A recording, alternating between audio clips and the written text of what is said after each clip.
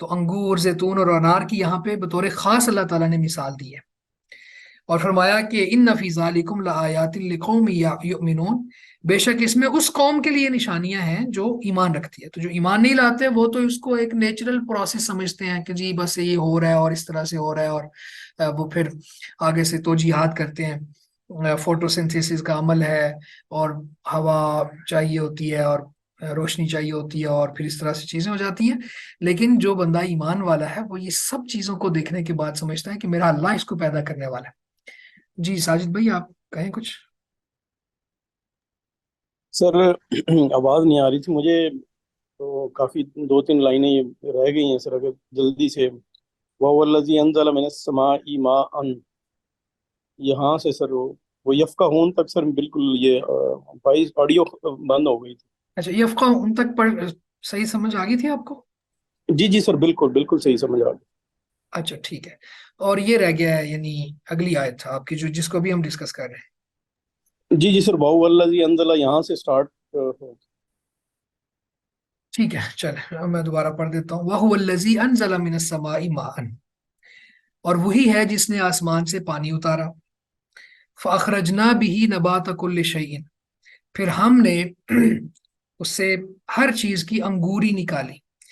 تو انگوری کی بھی ہم نے وضاحت کر دی ہے، یعنی اللہ تعالیٰ نے نرم و نازک اس کا جو جو کومپل کہہ لیں آپ، یا پھر اگر درخت بڑا ہے اور اس کے اوپر پھر بور وغیرہ آ جاتا ہے، کسی پھل کے نکلنے کی جو علامت ہوتی ہے، اس کی انیشیل سٹیج ہوتی ہے وہ۔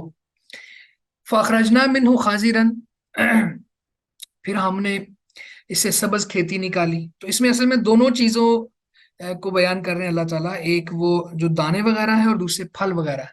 تو گندم کو بھی ساتھ رکھیں گے ہم، اور پھلوں کو بھی، اور پھلوں کا پھر آخر میں اللہ تعالیٰ نے الگ سے مزید تذکرہ بھی کر دیا۔ تو ان دونوں کا آغاز یوں ہوتا ہے کہ پھر وہ سبز کھیتی نکلتی ہے، اور نخرج منہ حبا متراکبہ، جس میں سے ہم تہ بتہ چڑے ہوئے دانے نکالتے ہیں۔ اب گندم کی مثال دیں تو دانے، ایک دانے سے اللہ تعالیٰ وہ بالی نکالی، اور پھر اس میں خوشہ بنا، اور پھر اس کے اندر تہ بتہ دانے ہیں، یعنی اس کو اگر جھاڑیں تو اتنے زیادہ دانے اندر سے نکل آتے ہیں۔ اس کی مثال اللہ تعالیٰ نے اور جگہ پہ بھی دی، اور وہ مثال یہ تھی کہ جو اللہ کے راستے میں خرچ کرتے ہیں تو اس کی مثال ایک دانے جیسی ہے، جس کے 100 بالیاں نکلتی ہیں، پھر ہر بالی میں 100 دانے ہوتے ہیں۔ تو اس طرح کی مثالیں اللہ تعالیٰ نے بیان فرمائی۔ جی آپ پھر ہینڈ ریز کر رہے ہیں، آپ کو آواز نہیں آ رہی؟ نہیں نہیں سر، آ رہی ہے سر، یہ بس پرانا ہے سر۔ اچھا ٹھیک ہے ٹھیک ہے۔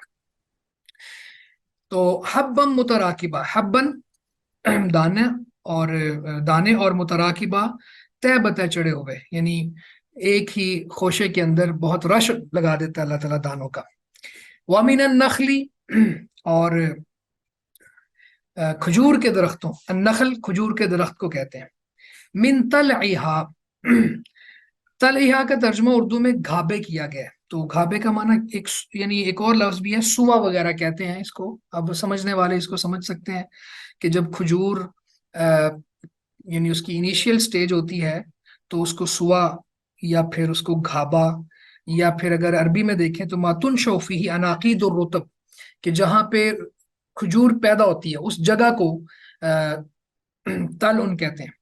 تو اللہ تعالیٰ فرماتے ہیں من طلعہا، اس کے کھجور کے پیدا ہونے کی جگہ سے، قنوان، قنوان یہ کنون کی جمع ہے، اس کا معنی ہے خوشے، دانیتن، دنا یدنو یعنی قریب، جھکے ہوئے، وجنات من اعناب، اور انگوروں کے باغات، والزیتون، اور زیتون کے باغات، والرمان، اور انار کے باغات، مشتبہن، مشتبہن کا معنی ہے ملتے جلتے، یعنی دیکھنے میں ایک جیسے لگتے ہیں، وغیر متشابہ، اور جو ملتے جلتے نہیں ہیں، یعنی فی الطعم، ذائقے میں، دیکھنے میں ملتے جلتے ہیں لیکن ذائقے میں مختلف ہیں۔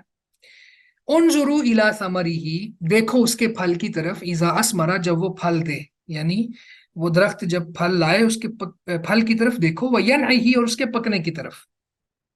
ان فی ذالکم لآیات لقوم یؤمنون، بے شک ان میں ان لوگوں کے لیے بہت سی نشانیاں ہیں یقیناً جو ایمان لاتے ہیں۔ تو اور وہی ہے جس نے آسمان سے پانی اتارا. تو پانی کو اللہ تعالیٰ نے یہاں پہ کسی بھی پھل اور دانے کی بنیاد قرار دیا ہے. اور اللہ تعالیٰ نے اور بھی جگہ پہ قرآن مجید میں یہ بات ارشاد فرمائی، وَجَعَلْنَا مِنَ الْمَاءِ كُلَّ شَيْءٍ حَيٍّ، ہم نے ہر چیز کو پانی سے زندگی دی ہے. تو پانی اللہ تعالیٰ نے آسمان سے نازل کیا. اس کے بعد اللہ تعالیٰ فرماتے ہیں وَجَعَلُوا لِلَّهِ شُرَكَاءَ الْجِنَّ وَخَلَقَهُمْ، وَجَعَلُوا اور انہوں نے بنا دیا، للہ اللہ کے لیے، شرکاء الجن جنوں کو شریک، یعنی جنوں میں سے اللہ کے شریک انہوں نے بنا دی.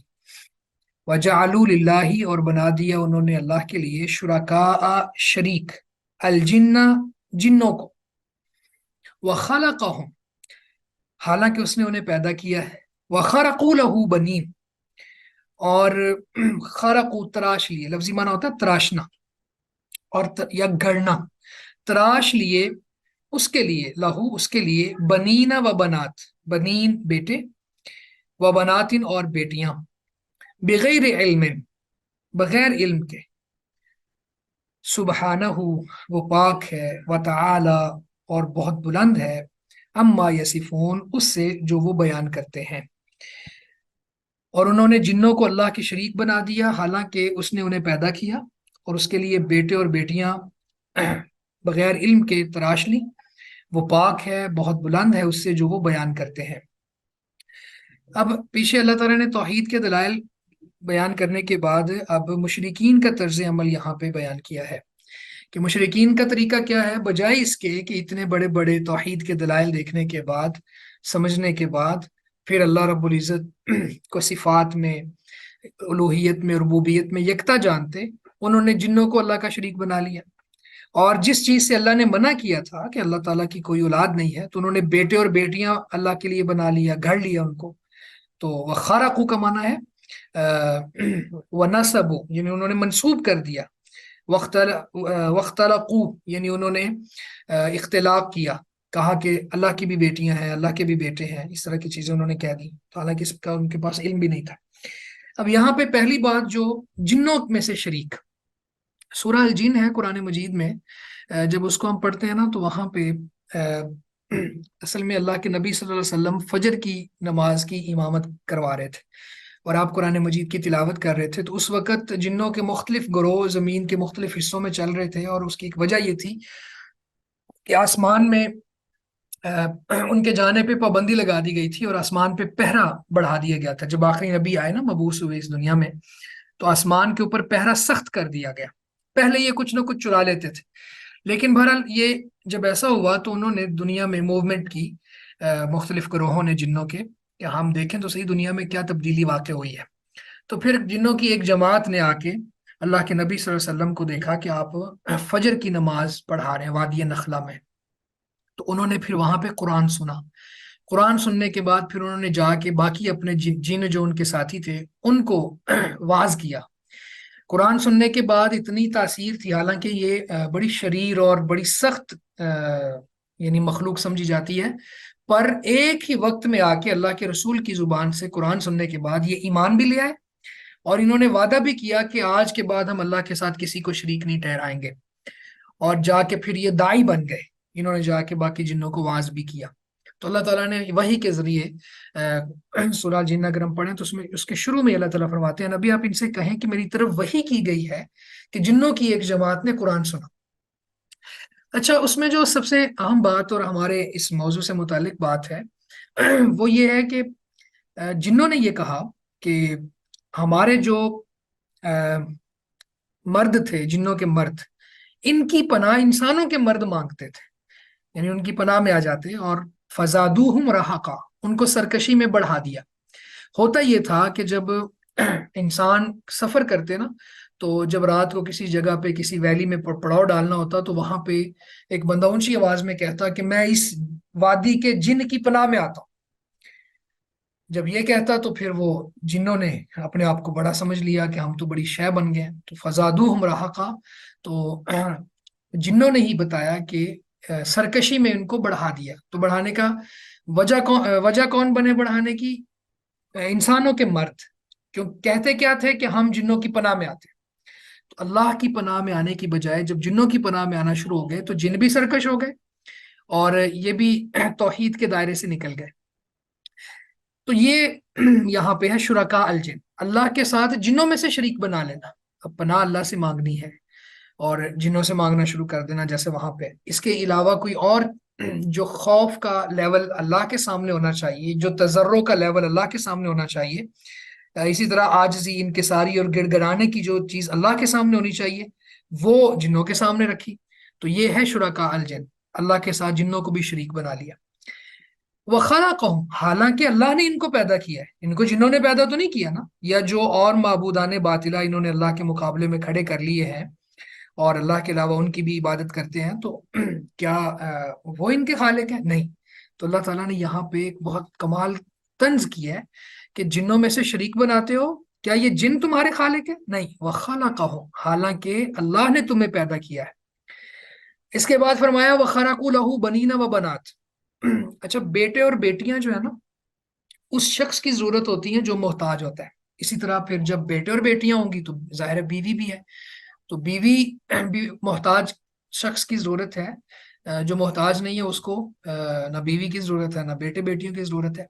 تو اللہ تو کسی کا محتاج نہیں ہے، وہ تو غنی ہے اور ہر چیز سے مستغنی ہے. یہ جو بیٹے اور بیٹیاں ہیں یہ شہوات و خواہشات کا انسان محتاج ہو اسی کے لیے ہوتی ہیں. بیوی بھی اس کو چاہیے ہوتی ہے، لیکن اللہ تعالیٰ تو ان ساری چیزوں سے پاک ہے. اسی لیے فرمایا سبحانہ و تعالی عما یصفون، وہ پاک ہے اس چیز اور بلند ہے اس چیز سے جو وہ بیان کرتے ہیں. تو آپ یہ دیکھیں کہ آسمان، زمین اور باقی ساری چیزوں کو بیان کر کے پھر اللہ تعالیٰ فرماتا ہے کہ وہ جو لوگ جنوں کو شریک بناتے ہیں تو وہ بھی اللہ کی تخلیق ہے، وہ بھی اللہ نے ان کو پیدا کیا. اچھا، یہاں پہ نا دو باتیں ہیں، اس کو اگر ہم سمجھیں تو ایک معنی اس کا یہ ہو سکتا ہے کہ جو لوگ اللہ کے ساتھ جنوں کو شریک بناتے ہیں ان کو اللہ نے پیدا کیا. اور اس سے بھی زیادہ صحیح معنی یہ ہے کہ جن جو ہیں جن کو یہ شریک بنا رہے ہیں وہ بھی اللہ کی تخلیق ہے. وَخَلَقَهُمْ، اللہ نے ان کو پیدا کیا. یعنی جنوں کو اللہ نے ہی پیدا کیا ہے، تو یہ کیسے ہو سکتا ہے کہ خالق کو چھوڑ کے مخلوق کو معبود بنا لیا جائے؟ ٹھیک ہے، تو یہ دونوں معنی ہی یہاں پہ مراد ہو سکتے ہیں. اور اسی طرح سے اس میں مزید اگر ہم بات کریں تو بعض لوگوں نے یعنی ہر چیز کو ہی اللہ کا معبود بنایا ہوتا ہے. جس سے وہ ڈرتے ہیں، خوف زدہ ہوتے ہیں، اس کو اللہ کا معبود بنا لیا. جس سے ان کو امید ہوتی ہے ان کو اللہ کا معبود بنا لیا. اب عرب کے مشرکین نے کیا کہا؟ فرشتوں کو اللہ کی بیٹیاں کا کہہ دیا. ٹھیک ہے، تو یہ اس طرح کی بات ہے. اور بعض نے جنوں کو اللہ کا شریک ٹھہرایا اور بعض نے اللہ کے بیٹے بیٹیاں بنا لیے، اور بعض نے تو اتنی یعنی انسانیت کے لیول سے بھی گر گئے کہ ہر خوفزدہ چیز جس سے خوف آتا ہے اس کو معبود بنا لیا، ہر وہ چیز جس سے امید ہوتی ہے اس کو بھی معبود بنا لیا. اور ایون انہوں نے پرائیویٹ پارٹس کو اللہ کا شریک بنا کے اس کو بھی معبود بنا دیا. الیاذ باللہ، اس طرح کی چیزیں بھی اور اس طرح کے لوگ بھی ہمارے ہمسائے ملک میں رہتے ہیں. تو یہ ساری چیزوں کو اللہ تعالیٰ نے کہا کہ سبحانہ و تعالی عما یصفون، اللہ تعالیٰ پاک ہے اور بہت بلند ہے اس سے جو وہ بیان کرتے ہیں. یعنی وہ جو نسبتیں کرتے ہیں اللہ کی طرف کہ یہ بھی اللہ کا شریک ہے، یا وہ نسبتیں کرتے ہیں کہ یہ اللہ کی بیٹیاں ہیں، یہ اللہ کے بیٹے ہیں، ان سب چیزوں سے، ان سب باتوں سے اللہ تعالیٰ بہت پاک ہے، بہت بلند ہے. تو اس لیے سبحان اللہ پڑھنے کی بھی بہت زیادہ فضیلت ہے. تو سبحان اللہ جب بندہ کہتا ہے نا تو اللہ تعالیٰ کو ہر عیب، ہر نقص سے پاک سمجھتے ہوئے یہ کہتا ہے، اور یہ سٹیٹمنٹ دیتا ہے کہ اللہ تعالیٰ ہر شریک سے پاک ہے اور ہر بری بات جو کافر مشرک اللہ کے ساتھ منسوب کرتے ہیں ہر اس چیز سے پاک ہے. وَتَعَالَى، اور یہ جو بات کرتے ہیں اللہ تعالیٰ معاذ اللہ اللہ کا یہ لیول اتنا کم سمجھتے ہیں، تعالی وہ بہت بلند ہے اس چیز سے. تو یہاں پہ اللہ رب العزت نے پھر براہ راست جو شریک بناتے ہیں ان کو کریٹیسائز کیا. بدیع السماوات والارض، وہ موجد ہے السماوات آسمانوں کا، والارض اور زمین کا. انا یکون لہ ولد، سبحان اللہ، اس کی اولاد کیسے ہوگی؟ انا کیسے، یکون ہوگی لہو اس کے لیے، ولد اولاد، ولم تکن لہ صاحبہ جبکہ اس کی کوئی بیوی نہیں ہے. وخلق کل شیء، اس نے ہر چیز کو پیدا کیا. وہو بکل شیء علیم، اور وہ ہر چیز کو خوب جاننے والا ہے. بدی کا جو لفظ ہے نا اصل میں خالقہ کا معنی بھی پیدا کرنا ہوتا ہے، اور بدی کا ہم نے موجد اس لیے کہہ دیا کہ کسی چیز کو بغیر سیمپل کے پیدا کرنا، یعنی پہلے اس کا کوئی نمونہ موجود نہیں تھا، کوئی سیمپل موجود نہیں تھا، یا کوئی مثال موجود نہیں تھی، ٹھیک ہے، مبدعون علی غیر مثال سبقہ، پہلے کوئی مثال نہیں گزری تھی تو اس طرح پیدا کیا۔ تو اس سے پہلے نہ آسمان تھے نہ زمین تھی، اللہ تعالیٰ نے بغیر کسی مثال کے پیدا کیا، تو اس لیے یہاں پہ بدی ان کا لفظ استعمال کیا۔ تو بدی ان کا معنی کیا ہے؟ بغیر کسی نمونے کے پیدا کرنے والا، تو اس کا پھر ایجاد ترجمہ کر لینا چاہیے، یا موجد۔ اور بعد میں پھر دیکھیں جو پیچھے بھی ہم نے بات کی، اللہ تعالیٰ فرماتے ہیں کہ اس کی اولاد کیسے ہوگی، اس کی بیوی ہی نہیں ہے۔ تو اولاد کے لیے بیوی ہونا چاہیے، اور بیوی کے لیے انسان کو شہوت کا محتاج ہونا چاہیے۔ تو اللہ تعالیٰ تو ان ساری محتاجگیوں سے پاک ہے، ماورا ہے، مبرہ ہے، اور بہت بلند ہے، تو پھر ایسا کیسے ہو سکتا ہے؟ ہاں، وَخَلَقَ كُلَّ شَيْءٍ، اس نے ہر چیز کو پیدا کیا ہے، یعنی اللہ تعالیٰ کی یہ ساری مخلوقات ہیں، اللہ کے برابر کا کوئی نہیں ہے، اللہ کے ہم پلہ کوئی نہیں ہے، اور اللہ ان میں سے کسی کا محتاج نہیں ہے۔ صرف ایک تعلق اللہ کے ساتھ تو ہے کہ اللہ کی یہ مخلوق ہے، وَهُوَ بِكُلِّ شَيْءٍ عَلِيمٌ، اور وہ ہر چیز کو خوب جاننے والا ہے۔ میرا خیال ہے یہاں تک رکھیں، آپ کے کوئی سوالات اگر ہیں تو؟ جی، سوالات نہیں ہے؟ ذالکم اللہ ربکم، یہی اللہ تمہارا رب ہے، لا الہ الا ہوا، اس کے سوا کوئی معبود نہیں، خالق کل شیء، ہر چیز کو پیدا کرنے والا ہے، فاعبدوہ، پس تم اس کی عبادت کرو، وہو علی کل شیء وکیل، اور وہ ہر چیز پر نگہبان ہے۔ یعنی اللہ وحدہ لا شریک کی عبادت کرو، اور اس کی وحدانیت کا یقین رکھو، وہ ہر چیز کو پیدا کرنے والا ہے، تو یہی تمہارا رب ہے، اس کے علاوہ کوئی اور رب نہ ڈھونڈو۔ جیسے یوسف علیہ السلام نے جیل کے ساتھیوں سے کہا تھا نا کہ مختلف رب جو لوگوں نے بنائے ہوئے ہیں وہ ٹھیک ہے، یا ایک اللہ جو واحد ہے اور قہار ہے؟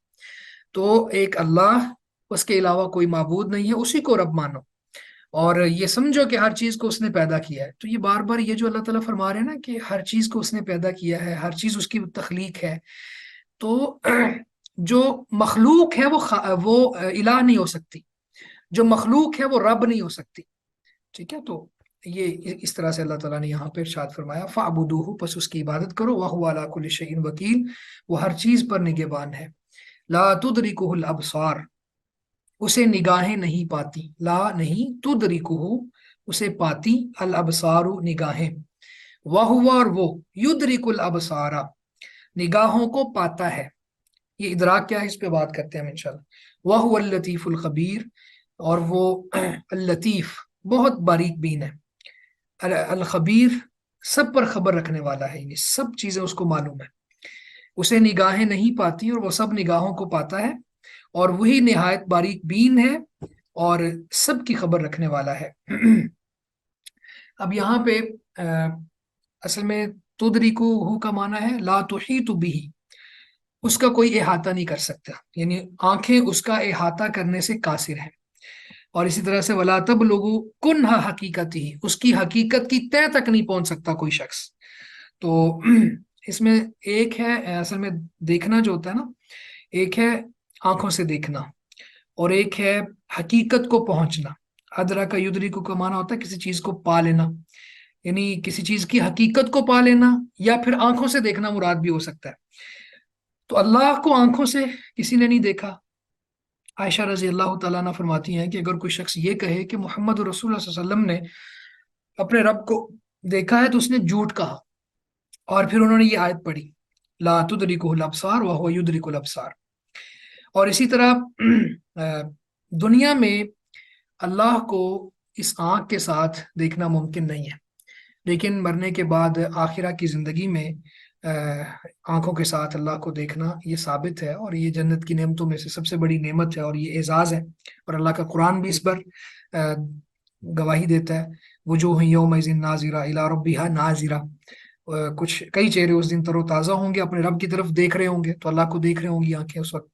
اسی طرح اہل جنت جب جنت میں جائیں گے تو پوری وہ ایک بہت خوبصورت حدیث ہے جس میں اللہ کے نبی صلی اللہ علیہ وسلم نے فرمایا کہ اللہ تعالیٰ اپنا دیدار کروائیں گے، اور جس طرح چاند کو دیکھنے میں کوئی مشقت نہیں ہوتی، اسی طرح اللہ کا دیدار کرنے میں اہل جنت کو کوئی تکلیف کا سامنا نہیں کرنا پڑے گا، اور پھر جنتی اللہ کے دیدار کے بعد جنت کی سب نعمتوں کی لذت کم محسوس کریں گے۔ تو آخرہ میں تو دیدار ممکن ہے، لیکن دنیا میں انسانی آنکھ جو ہے، دنیاوی آنکھ، یہ اللہ کو نہیں دیکھ سکتی۔ اچھا، اسی طرح اگر اس کا معنی وہ ہو حقیقت کو پا لینا، تو حقیقت، اللہ کی حقیقت، وہ خالق ہے، وہ نہ دنیا میں ممکن ہے اس کا احاطہ، نہ آخرہ میں ممکن ہے۔ تو اللہ کی حقیقت نہ دنیا میں اس کا ادراک ہو سکتا ہے، نہ آخرت میں ادراک ہو سکتا ہے۔ وہ اللطیف الخبیر، اور وہ بڑا باریک بین ہے اور سب کی خبر رکھنے والا ہے۔ اس کو سب پتہ ہے کیا ہو رہا ہے، اس کو سب پتہ ہے انسان کے اندر کیا فیلنگز ہیں، دل کے اندر کیا جذبات ہیں۔ جذبہ ابھی پروان نہیں چڑھتا تو اس کو معلوم ہوتا ہے، تو وہ باریک بین ہے، یعنی اس کو، اس کی نظروں سے، اس کے احاطہ علم سے کوئی چیز بھی اوجھل نہیں ہے۔ ہاں، وہ لوگوں کو مہلت دیتا ہے، وہ بہت سے گناہوں سے درگزر کر جاتا ہے، وہ اپنی سنت اور طریقے کے مطابق لوگوں کو ڈیل کرتا ہے، وہ خالق کائنات ہے۔ لیکن کوئی یہ سمجھے کہ اس کو پتہ نہیں چلا، یا شیطان، جس طرح ابن قیم رحمہ اللہ وغیرہ سے منقول ہے کہ شیطان کہتا ہے قیامت والے دن چونکہ لوگ بہت زیادہ ہوں گے تو میں اللہ کو دھوکہ دے کے جنت میں گھس جاؤں گا، تو ایسا ممکن نہیں ہے۔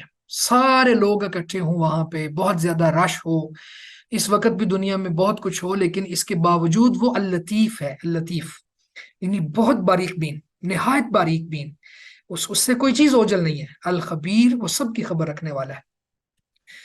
یہاں تک رکھتے ہیں، انشاءاللہ باقی کل دیکھیں گے اگلی کلاس میں۔ اللہ تعالیٰ توفیق بخشے، اور ہم نے جو پڑھا اس پر عمل کرنے کی بھی اللہ ہمیں طاقت دے۔